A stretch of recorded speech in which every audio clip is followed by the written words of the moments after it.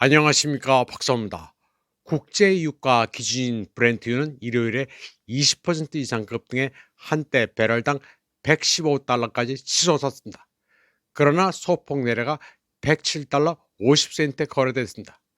이번 상승세는 2022년 로전 발발 이후 유가가 배럴당 100달러를 돌파한 첫 사례입니다.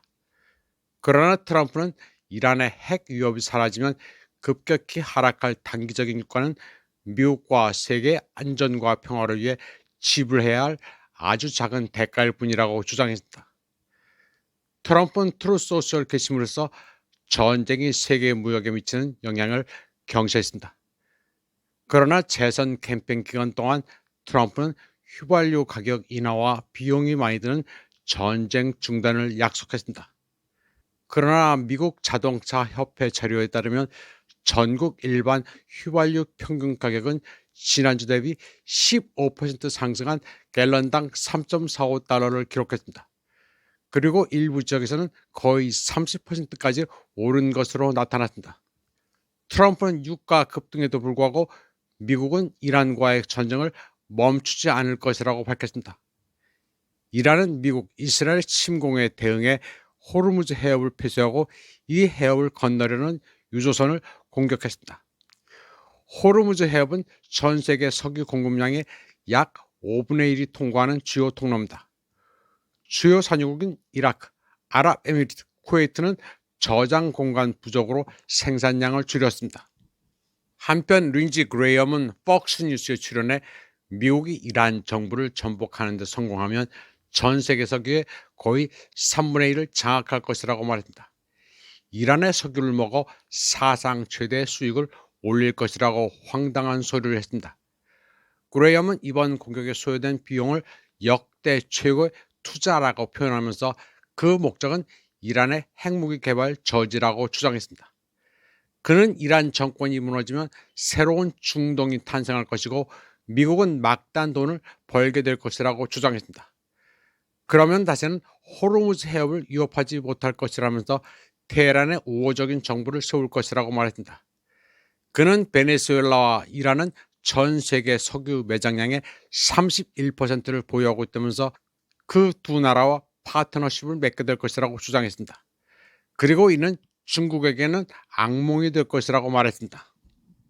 인도 해군의 초청으로 인도 해안을 막 떠난 이란 군함이 미 잠수함에 격침된 사건에 대한 인도의 미온적인 반응을 우려하는 의견이 일고 있습니다. 뉴델리의 베테랑 언론인이자 정치평론가인 사이드 나크비는 프레스티브와의 인터뷰에서 뉴델리의 무관심을 규탄했습니다.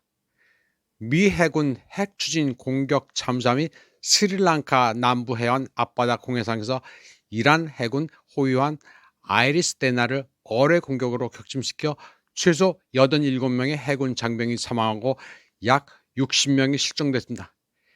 헤그세스는 미국 잠수함이 국제수역에서 안전하다고 생각했던 이란 군함을 격침시켰고 조용한 죽음이었다고 자랑스럽게 말했습니다. 그런데 불과 몇 주 전 아이리스 데나호를 해군이 접견했던 인도는 즉각적인 비난이나 공식적인 항의, 유감 표명 등을 내놓지 않았습니다. 사이드 나크비는 이러한 침묵이 아시아에서 가장 오래 지속되어 온 양국 관계에 영구적인 손상을 입혔다고 지적했습니다. 그는 한때 인도와 이란의 관계는 매우 중요한 관계, 즉 깊은 문명적 차원을 지닌 관계로 여겨졌다고 말했습니다. 인도와 이란은 서로 존중하는 고대 문명 관계였다고 나크비는 말했습니다.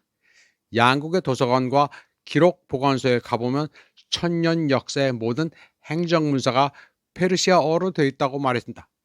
나크바는 인도의 총리인 나라시마 라오와 아탈 비하리 바지파이의 이란 방문을 수행했던 일을 회상했습니다.